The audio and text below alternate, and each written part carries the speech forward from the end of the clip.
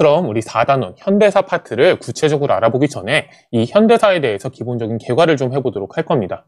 우리가 이제 배울 현대사 같은 경우는, 한국 현대사 같은 경우는 1945년 8월 15일 광복을 시작으로 합니다. 그 광복을 시작으로 해서 오늘날 2020년까지 어떤 일들이 있었는지 우리가 구체적으로 살펴보도록 할 텐데요.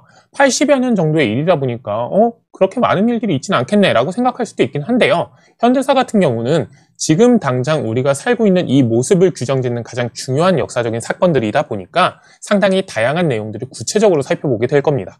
자, 그러다 보니까 다른 시기보다도 훨씬 더 세부적인 내용들을 살펴보게 될 거예요. 이 세부적인 내용들을 잘 이해하기 위해서라도 시기별로, 몇몇의 시기별로 이 현대사를 정리할 필요가 있는데요. 우선 그 시기부터 살펴보도록 하면요. 첫 번째는 여기입니다. 1945년부터 48년까지. 첫 번째는 우리가 해방, 보통은 3년사라고 불리는 광복을 시작으로 해서 우리가 결국에는 분단을 맞게 되는 요 시기를 해방 3년사라고 불러가지고 첫 번째 시기로 보통 구분을 해요. 이 첫 번째 해방 3년사 같은 경우 잘 기억을 해보시면요. 광복을 맞이할 시점에 그 어떤 사람들도 분단을 예상하지는 못했을 겁니다. 이 예상치도 못했던 분단을 맞게 되는 이 3년 동안에 벌어졌던 일들이 상당히 많고 갈등이 심했기 때문에 결국엔 분단을 맞이하게 됐을 거 아니에요. 그 과정을 구체적으로 살펴볼 필요가 있습니다. 우리 민족 내부의 입장에서는 좌익과 우익의 갈등, 그리고 이걸 중재하려고 했던 중도 세력의 역할들, 그걸 좀 살펴보시면 되겠고요. 민족 바깥으로 놓고 본다면 미국과 소련이 한반도를 둘러싸고 갈등을 벌이는 거, 그리고 전 세계적으로는 이 미소의 냉전이 치열해지는 거, 이런 어떻게 보면 세계사적인 변화가 또 한반도에 어떤 영향을 줬는지를 살펴볼 필요가 있겠죠. 대내적으로, 그러니까 민족 내부적으로 그리고 민족 외부적으로 어떤 일들이 서로 상호 영향을 주고받으면서 결국에는 광복이 분단으로 끝을 맺게 되는지, 이 해방 3년사를 살펴볼 필요가 있겠습니다. 자, 다음으로는 그럼 이렇게 대한민국 정부가 수립된 이후의 이야기를 살펴봐야겠죠. 그 시기 첫 번째로 1960년까지의 일입니다. 1960년에 일어난 이 4.19 혁명 때까지의 이야기겠죠. 이때 주요 인물 한 명을 기억해 두시자면 우리나라 초대 대통령인 이승만이겠죠. 이 이승만이 권력을 장악하고 대한민국을 이끌어 나갔던 시기, 대략 한 12년 정도의 이야기를 우리가 두 번째 시기로 살펴볼 텐데요. 이 시기를 우리는 일반적으로 이렇게 부릅니다. 제1공화국 시대. 제1공화국 시대라고 부르는데요.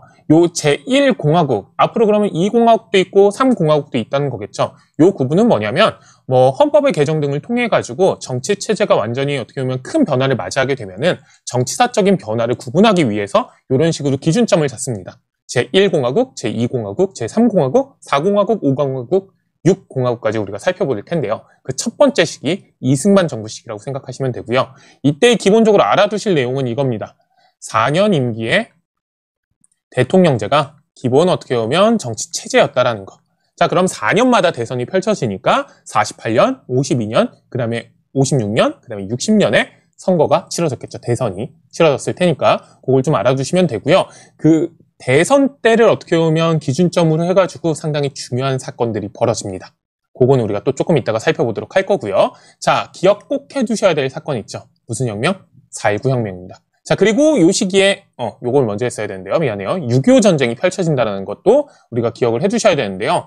이 6.25 전쟁을 계기로 해가지고 우리 남북의 분단이 상당히 고착화되고, 그러니까 완전히 고정화된다라는 거죠. 고착화되고 남북 간의 갈등이 훨씬 더 어떻게 보면 안 좋은 단계로 계속해서 흘러가는 문제들이 생기게 되겠죠. 이런 6.25 전쟁이 50년에 시작해서 53년에 정전협정을 체결하면서 일단 중단된다라는 거. 이것도 기억을 좀 해두시면 되겠고요. 자, 아까도 얘기를 했지만 4.19 혁명이 상당히 중요합니다. 이 4.19 혁명으로 결국에는 그 당시까지 엄청난 권력을 휘두르고 있던 이승만이 하야하게 되면서 새로운 어떻게 보면 정치체제가 등장을 하게 되겠죠. 자, 그래서 요 60년 이후의 시기를 우리가 제2공화국 시대라고 부르고요.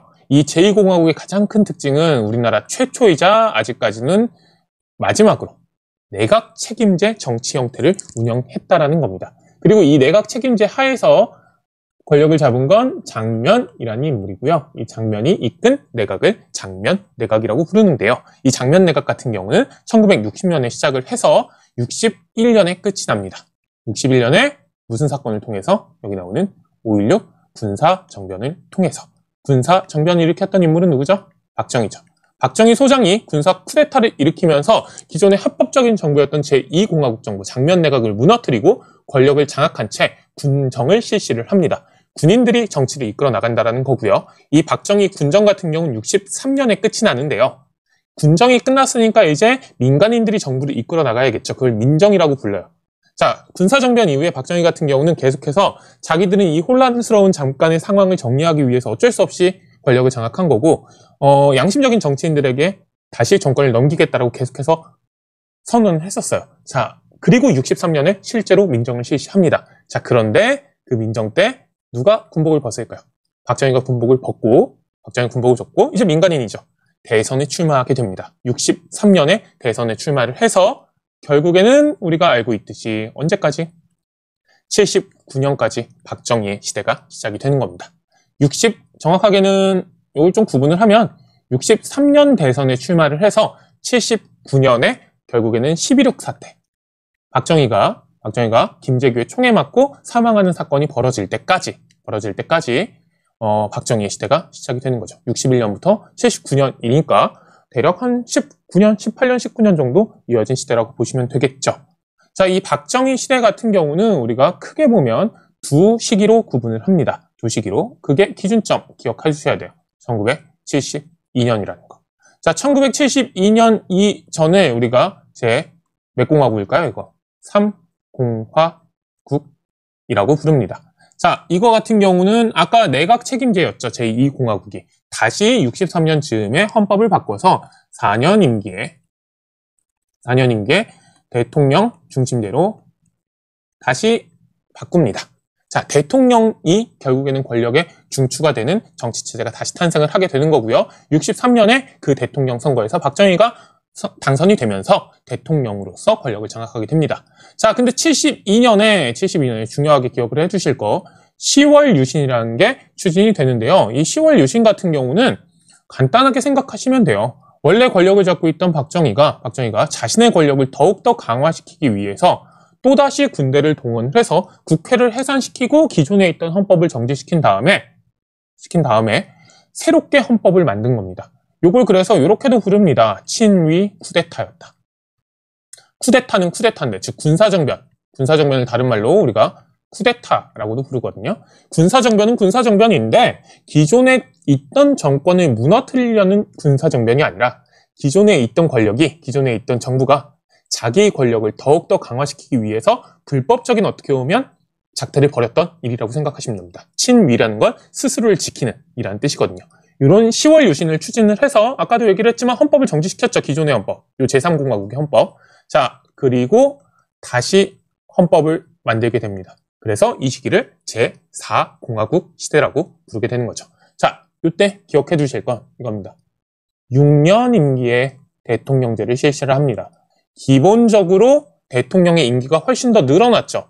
자, 그런데 제일 중요한 건 이거예요. 간선제. 국민이 직접 뽑지 않는다라는 겁니다. 국민이 뽑는 게 아니라 일정 정해진 인원들이 이 대통령을 뽑게 된다라는 거겠죠. 당연히 이 일정 인원이라는 건 박정희 대통령의 어떻게 보면 지지자들 또는 어떻게 보면 박정희 대통령에게 충성을 바치는 사람들이 될 겁니다. 자, 그리고 중요한 것도 중임 제한이라는 게 있습니다. 대통령 같은 경우는 워낙에 강한 권한을 갖고 있다 보니까 계속해서 권력을 장악하지 못하도록 기본적으로 민주적인 헌법이라고 한다면 몇 차례 이상은 대통령을 연속해서 하지 못하도록 제한을 두고 있습니다. 자, 근데 이 제4공화국 헌법에선 그런 제한이 없었다라는 거. 즉 72년에 이 10월 유신을 통해서 박정희 같은 경우는 종신 집권 체제를 완전히 구축했다라고 생각하시면 되고요. 그러다 보니까 이 제4공화국은 이런 별칭이 붙기도 합니다. 겨울 공화국이었다. 민주주의에 뭘 맞이했다? 겨울을 맞이했다. 추운 시기를 맞이했다라는 겁니다. 자, 1972년에 10월 유신을 통해서 탄생한 제4공화국. 이 제4공화국 같은 경우는 생각지 못했던 사건을 맞이하면서 끝이 나죠. 11.6 사태입니다. 박정희가 총에 맞고 뭐하는 사건? 사망하는 사건을 통해서 기존의 정권이 순식간에 무너지게 되는 겁니다. 자, 이렇게 되니까 겨울이 끝이 난 거죠. 자, 잘 생각을 해봅시다. 겨울이 끝이 난 겁니다. 자, 그럼 사람들 같은 경우는 뭘 희망하게 될까요? 봄을 희망하게 되겠죠. 이 11.6 사태 이후에 80년 5월 18일 5.18 민주화 운동이 터질 때까지의 시기를 우리가 일반적으로 서울의 봄이라고 부릅니다. 서울에서 봄을 맞이했다라는 거예요. 즉 민주주의의 어떻게 보면 봄을 맞이할 수 있는 민주화의 열기가 상당히 들끓어올랐던 시기라는 거겠죠. 당연히 민주주의를 회복하기 위한 다양한 시도들이라든지 움직임 같은 것도 민간에서 펼쳐지게 될 거고요. 자, 이 서울의 봄을 어떻게 보면 제압하고 권력을 장악하는 사건들이 이 서울의 봄이 있는 상황에서 또 뒤에서는 벌어지고 있었어요. 우선 12.12 군사반란입니다. 다시 군인 세력들이 반란을 일으켜가지고 권력을 장악하는 건데요. 요 중추가 됐던 사람이 누구냐면 전두환이라고 불렸던 인물이 있고요. 이 전두환 등의 신군부, 새로운 군부 세력. 그러니까 이전에 박정희도 군인 출신이잖아요.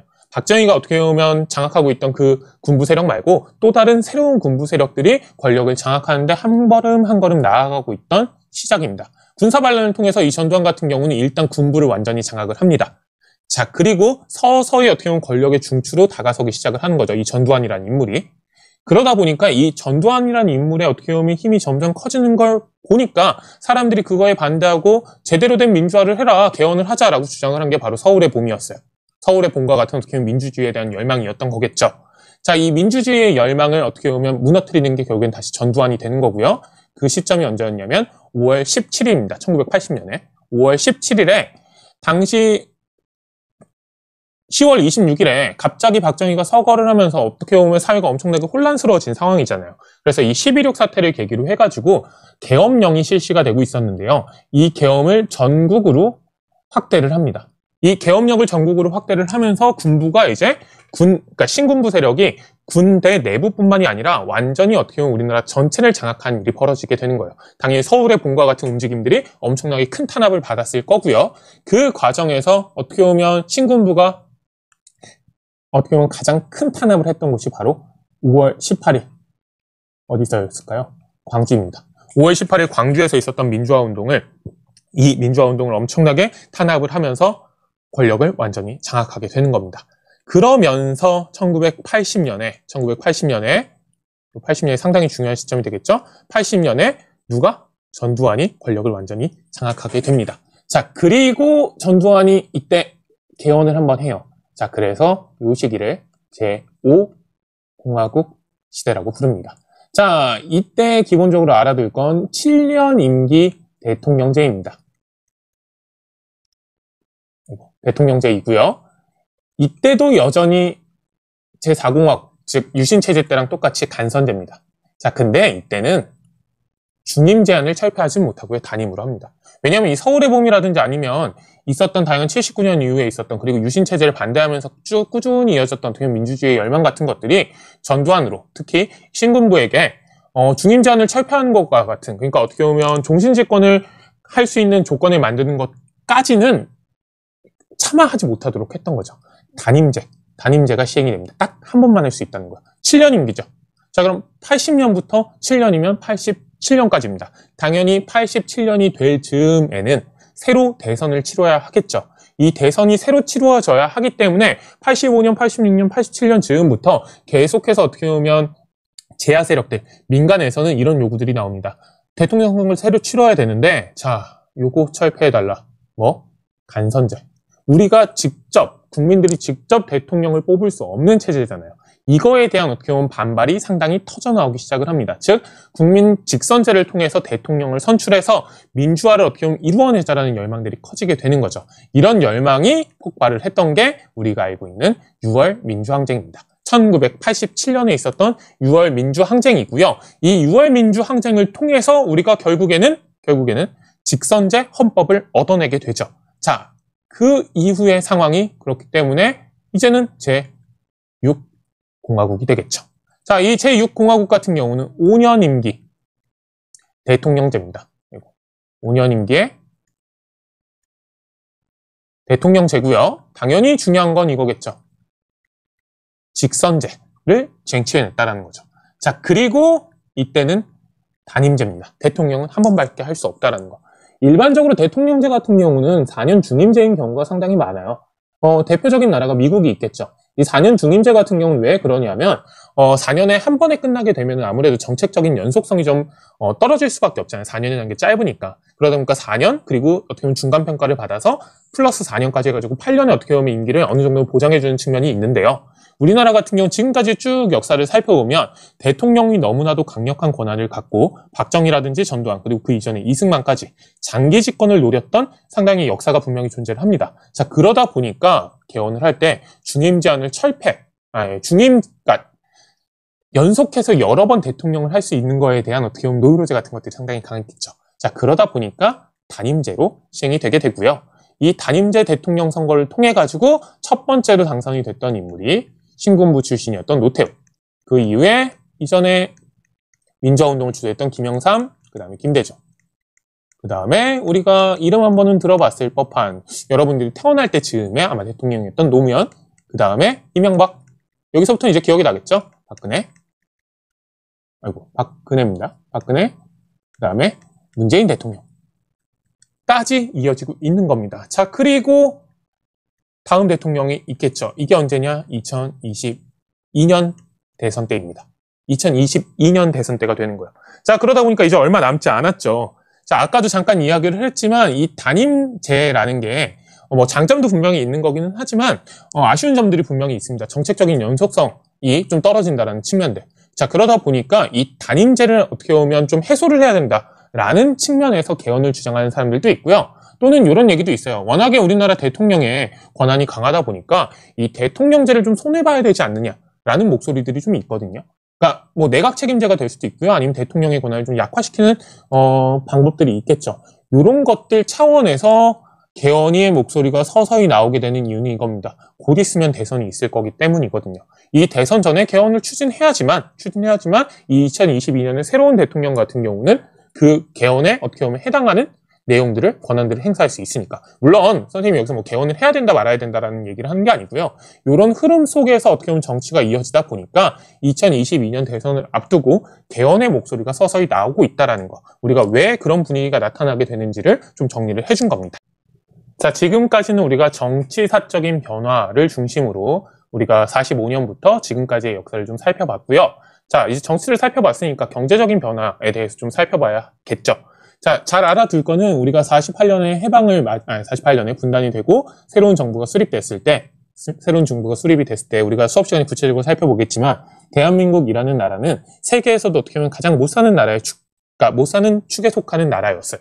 그런 나라가 계속해서 어떻게 보면 경제적인 성장을 이루고 한강의 기적이라는 경제발전을 이루면서 우리가 현재 지금 누리고 있는 경제적인 윤택함을 누릴 수 있게 된 거죠. 자, 그러다 보니까 이런 경제적인 변화상도 꼭 동시에 살펴볼 필요가 있는데요. 그 경제적인 변화상 같은 경우는 크게 보면 대략 한 4-5단계로 좀 구분을 해볼 수가 있습니다. 첫 번째 시기는 이 이승만 정부의 시기라고 생각을 하시면 돼요. 일단 우리가 아직 아예 가진 것도 없는 데다가 자, 50년부터 53년까지 뭘 겪었죠?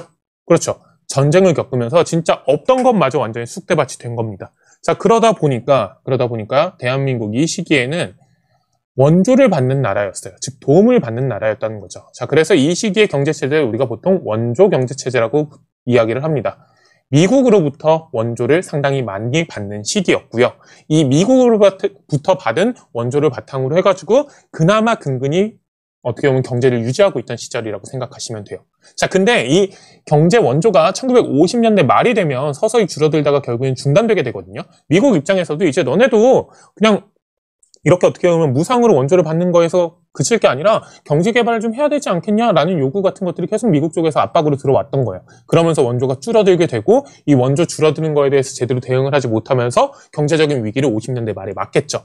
자, 그러면서 어떻게 보면 터졌던 게 이 4.19 혁명이라고 보기도 합니다. 경제적인 위기 상황이 그 당시 사람들에게 어떻게 보면 사회적인 불만을 계속해서 갖게 했을 거고요. 그런 사회적인 불만이 3.15 부정선거라는 명백해 보이는 정치적인 어떻게 보면 문제점들에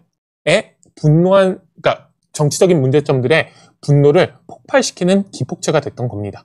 자, 4.19 혁명을 이렇게 설명할 수도 있다는 거예요. 자, 그러니까 이 원조 경제가 어느 정도 60년대가 들어서면서 끝이 나게 되겠죠. 자, 당연히 새롭게 정부를 세운 장면 내각 같은 경우는 경제를 개발시켜야겠다, 경제를 발전시켜야겠다라는데 상당히 매진하게 될 겁니다. 자, 그래서 경제개발 5개년 계획이 장면 내각을 시작으로 해서 먼저 만들어지기 시작을 해요. 자, 근데 실천이 될까요, 안 될까요? 장면 내각은. 안 되겠죠. 61년에 결국엔 쿠데타에 의해서 이 정부가 무너지게 되니까. 자, 이 경제개발 5개년 계획을 어느 정도 수정해서 박정희 정부 때부터 본격적으로 추진되게 되는데요. 5년 단위로 시작이 되다 보니까 대략 10년 단위로 또 끊을 수가 있어요. 1차, 2차는 60년대가 되겠죠. 60년대 같은 경우는 60년대라는 뜻입니다. 60년대 같은 경우는 1, 2차 경제개발 5개년 계획이 되는 거고요. 이때는 경공업, 소비재 산업이 발전을 하기 시작을 합니다. 자, 그리고 기억해야 될 거. 70년대 같은 경우는 3, 4차가 되겠죠? 3, 4차 시대에는 중화학 공업 위주로 발전하기 시작한다라는 거. 기억을 좀 해두실 필요가 있습니다. 1, 2차 때 경공업을 통해 가지고 어느 정도 자본을 축적한 이후에 이런 축적된 자본을 대기업을 중심으로 해가지고 대량의 투자가 필요한 중화학 공업을 위주로 개발시키는 3, 4차 발전 계획으로 이어지게 된다는 거 기억을 좀 해두시면 되는데요. 요 3, 4차 중화학 공업을 통해서 우리가 상당히 엄청난 경제적인 발전을 이루게 되죠. 그걸 우리가 요 시기에 한강의 기적이라고 부릅니다. 한강의 기적. 그만큼 한국의 경제가 엄청나게 급격하게 성장한 시기가 있었다는 거죠. 60년대 말부터 70년대까지 어떻게 보면 변화를 이렇게 부르는데요.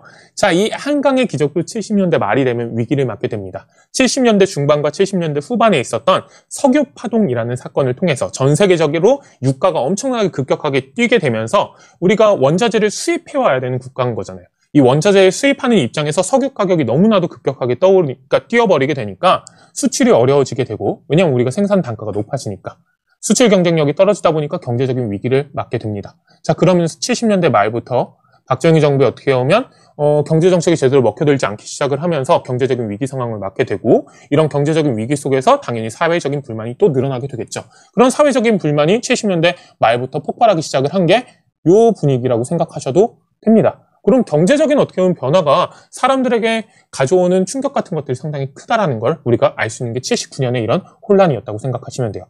79년, 80년을 겪으면서 그런 것들이 제대로 정리가 되지 않다가 80년대에 우리가 되게 큰 어떻게 보면 또 다른 호황을 맞게 되는데요. 이 호황 같은 경우는 우리가 직접 어떻게 보면 일구어낸 것이라기보다는 3조 호황이라고 불리는 그 당시 어떻게 보면 세계적인 경제 변화에 우리가 상당히 유리한 측면이 있었어요. 달러 가격이라든지 유가라든지 이런 것들이 상당히 낮았던 시대인데요. 이 3조 호황을 맞이하면서 우리가 경제적으로 상당히 급격하게 또다시 성장할 수 있었던 시기가 있습니다. 자, 그리고 이런 80년대의 경제적인 성장을 통해서, 그리고 70년대 후반부터의 경제적인 성장을 통해 가지고 점점 더 어떻게 보면 어느 정도는 먹고 살 수 있는 중산층이라고 불리는 사람들이 늘어나게 되겠죠. 이 중산층들이 본격적으로 어떻게 보면 정치에 관심을 갖게 되고 자기들이 가지고 있는 권리를 행사하고자 했던, 그리고 그런 행사하고자 하는 의사를 표출했던 게 바로 여기 나오는 6월 항쟁입니다. 6월 항쟁 때 넥타이 부대라고 불리는 소위 화이트 칼라라고 불리는 사무직 노동자들이 이 민주항쟁에 상당히 적극적으로 뛰어들게 되는데요. 이런 사무직들이 어떻게 보면 나타날 수 있었던 배경이 70년대, 80년대 경제적인 성장이었던 거죠. 이런 경제적인 변화가 정치의 변화에도 상당히 큰 영향을 준다는 거 우리가 생각해 볼 필요가 있습니다. 자, 그리고 마지막으로 우리가 꼭 기억해 둘 거, 바로 이 97년의 외환위기죠. 우리가 보통은 이렇게 부르는 거, IMF 외환위기라고 부르는 사건이 터지면서 우리가 국제적으로 엄청나게 큰 외환위기를 겪고 IMF로부터 구제금융을 받으면서 IMF가 요구하는 국제적인 스탠다드에 맞춰서 우리 경제체제를 바꾸게 되는 사건이 벌어지게 됩니다. 이 97년을 어떻게 보면 변화한 경제상이 오늘날 우리한테까지도 기본적으로 영향을 주는 거라고 생각하시면 돼요. 자, 그러다 보니까 이런 이야기가 있습니다. 현재 우리는 어떤 어떻게 보면 변화를 기반으로 해가지고 지금 살아가고 있느냐에 대한 질문이 있을 때 이렇게 보통 얘기를 합니다. 87년 체제를 바탕으로 하고 있다. 또는 97년 체제를 바탕으로 하고 있다. 즉 현재 우리가 살고 있는 2020년 이 시대 어떻게 보면 사회적인 모습이 어느 시점을 시작으로 해가지고 변화하고 지금의 모습을 갖게 되었느냐라는 거에 대한 대답으로 87년 체제다 또는 97년 체제다라고 대답하는 경우들이 상당히 많은데요. 이 87년 체제 같은 경우는 6월 민주항쟁을 이야기를 하는 거겠죠. 이 6월 민주항쟁을 통해 가지고 우리가 민주화를 겪고 그 다음에 제6공화국 헌법이 나타나면서 생겨난 변화 같은 것들, 이 현재 우리를 규정하는 상당히 중요한 요소이다라고 주장하는 경우도 있고요. 또는 97년 체제를 이야기를 하는 경우도 있습니다. 우리가 겪은 외환위기 이후에 상당히 많은 경제적인 변화가 일어나게 되거든요. 이 외환위기 이후에 나타난 경제적인 변화가 오늘날 우리의 사회를 규정하는 제일 중요한 요소이다라고 부르는 경우들이 있어요. 이거 같은 경우는 현재 지금 가장 사회과학 분야에서 치열하게 논쟁이 펼쳐지고 있는 이야기라고 생각하시면 됩니다. 그러니까 아직 답이 나왔다고 보기도 힘들고요. 87년 체제가 훨씬 더 우리를 규정하고 있는지 아니면 97년 체제가 우리를 더 규정하고 있는지, 즉 민주화의 영향이 훨씬 더 큰 건지 오늘날 우리 사회에, 아니면 경제적인 위기 그리고 그 이후의 경제적인 변화가 우리 사회를 규정하는 상당히 큰 영향을 주는지는 추후의 역사적인 평가를 분명히 받게 되겠죠. 자, 그런데 우리가 현재 기억을 해둘 건 이겁니다. 요 6월 민주항쟁이라든지 아니면 외환위기 이후의 경제 변화가 결국에는 현재 살고 있는 2020년에 우리에게 상당히 큰 영향을 주고 있다는 거. 요걸 바탕으로 우리가 우리 사회를 분석하는 것도 상당히 중요한, 어떻게 보면 해석에 추가되도록 될 수 있을 겁니다. 그러니까 요 내용들이 어떤 것들인지 우리가 살펴보는 거, 그게 우리 사회를 읽는 데 상당히 중요한 역할을 하게 되겠죠. 자, 이렇게 우리가 정치사, 그 다음에 경제사를 중심으로 80여 년간의 한국 현대사를 살펴봤습니다. 우선 정치사를 다시 간략하게 정리를 해보면 첫 번째는 해방 3년사, 두 번째는 제1공화국, 세 번째는 제2공화국. 자, 그 다음에 네 번째는 표시는 안 했죠? 제3공화국, 다섯 번째는 제5공화국. 자, 근데 4번, 5번, 즉 3공화국과 4공화국은 권력을 잡고 있던 건 박정희, 동일한 인물인데 이 성격, 두 공화국의 성격이 조금 다르다 보니까 이렇게 구분을 한 겁니다. 유신체제, 10월 유신을 통해서 나타나게 된 유신체제를 기준으로 해가지고 그 전후로 구분을 한 거고요. 자, 그 다음에 신군부 출신인 전두환이 권력을 잡은 여섯 번째 제5공화국 시대, 그 다음에 6월 민주항쟁 이후에 오늘날의 정치 형태인 제6공화국, 일곱 번째 시대가 있습니다. 각각의 시기가 대략적으로 보면 우리가 공화국의 변화에 따라서 우리가 구분을 하고 있는 거잖아요. 이 공화국의 구분이라는 건 기본적으로 정치체제가 그만큼 큰 변화를 겪었을 때 딱 기준을 잡고 구분을 해주는 거예요. 그러다 보니까 헌법이 개정된 게 상당히 중요한 역할을 합니다. 이 헌법의 개정을 중심으로 이제 정치사를 살펴보게 될 거라는 거 기억을 좀 해두시면 되겠고요. 자, 경제사적으로는 크게 보면 우리가 최초의 미국으로부터 엄청나게 원조를 받았던 시기, 이 원조가 줄어들게 되면서 그 당시 경제가 악화되고 50년대 말 악화된 경제에 불만을 품고 있던 수많은 사람들이 3.15 부정선거를 계기로 폭발을 한 게 4.19라고 또 그런 식으로 분석할 수도 있다고 했죠. 자, 이 원조 경제가 이렇게 무너지기 시작을 하면서 원조 경제가 거의 끝이 나게 되면서 당연히 정부 차원에서는 경제를 개발하기 위한 노력들이 필요하게 될 겁니다.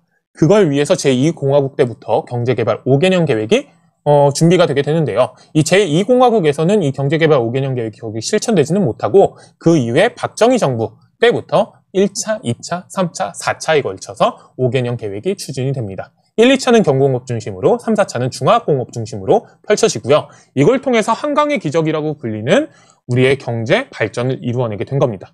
자, 근데 70년대 중반 후반에 있었던 석유 파동이라는 사건을 계기로 해가지고 또다시 70년대 말에 경제적으로 큰 위기를 겪게 됩니다.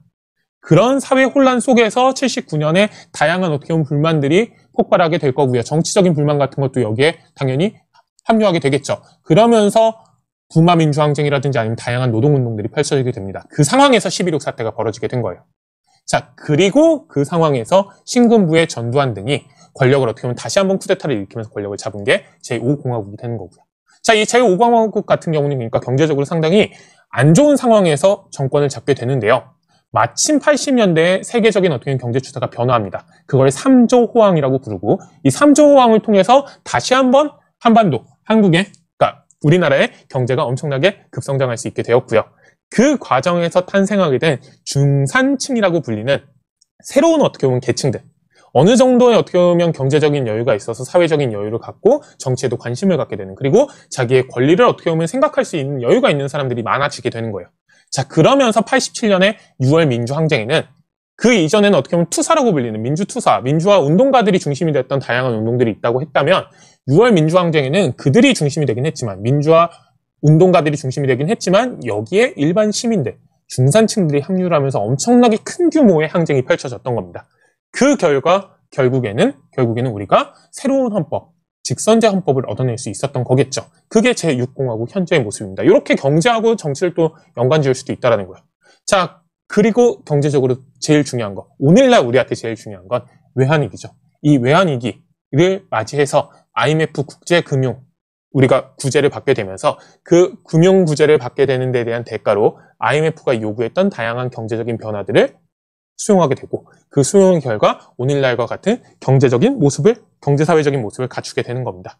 자, 그렇기 때문에 현재 우리의 어떻게 보면 모습은 어떤 사건을 통해 가지고 규정 지을 수 있을까에 대한 논쟁들이 현재 되게 치열하게 벌어지는데요. 그 논쟁의 핵심적인 어떻게 보면 요소가 87년 체제냐 97년 체제냐입니다. 즉 정치사적인 변화가 중요하냐 아니면 경제사적인 변화가 중요하냐에 대한 논쟁이 있다라는 거죠. 여기까지 우리가 정리를 했었죠. 자, 그런데 이걸 조금 더 크게 보면 이 전체 우리가 지금까지 살펴봤던 이 모든 이야기 있죠. 이 모든 이야기를 어떻게 보면 규정 지을 수 있는 요소가 있다라고 주장하는 사람들이 있습니다. 이런 이야기를 하는. 현재 우리를 가장 어떻게 보면 강하게 규정하고 있는 건 결국 남북의 분단이다. 이 남북의 분단이라는 게 우리나라의 정치, 경제, 사회, 문화 발전에 상당히 중요한 역할을 하고 있다라고 바라보는 시각도 있거든요. 그래서 현재 체제를 뭐 분단 체제라고 분석을 하는 경우들도 있어요. 자, 그만큼 이 분단이 우리나라 역사에 상당히 큰 영향을 주었다라는 건데요. 그렇기 때문에 무슨 얘기를 하고 싶은 거냐? 세 번째 주제가 있다는 겁니다. 이 분단이 우리나라의 역사 변화에 얼마나 큰 영향을 줬는지를 살펴보는 것. 즉, 남북 교류, 그 다음에 남북의 갈등의 역사를 살펴보는 것. 이게 상당히 중요하겠죠. 남북 관계가 어떻게 펼쳐지게 되었는지가 세 번째 주제가 됩니다. 정치가 첫 번째, 두 번째가 경제, 세 번째가 남북 교류, 남북 관계사라고 생각을 하시면 되겠습니다. 이렇게 세 가지 입장에서 4단원에 있는 한국 현대사를 우리가 다음 시간부터는 구체적으로 살펴보게 될 건데요. 그 첫 번째가 되는 게 여기 나와 있는 무슨 사? 해방 3년사입니다. 3년 동안의 역사기는 하지만 이 3년간의 역사가 엄청나게 많은 변화와 갈등을 겪기 때문에 이 내용들, 변화를 살펴보는 게 상당히 중요합니다. 꼼꼼하게 살펴볼 테니까요. 하나하나씩 잘 따라와 보도록 합시다. 자, 그럼 오늘은 수업 여기까지 하도록 하겠습니다. 고생하셨습니다.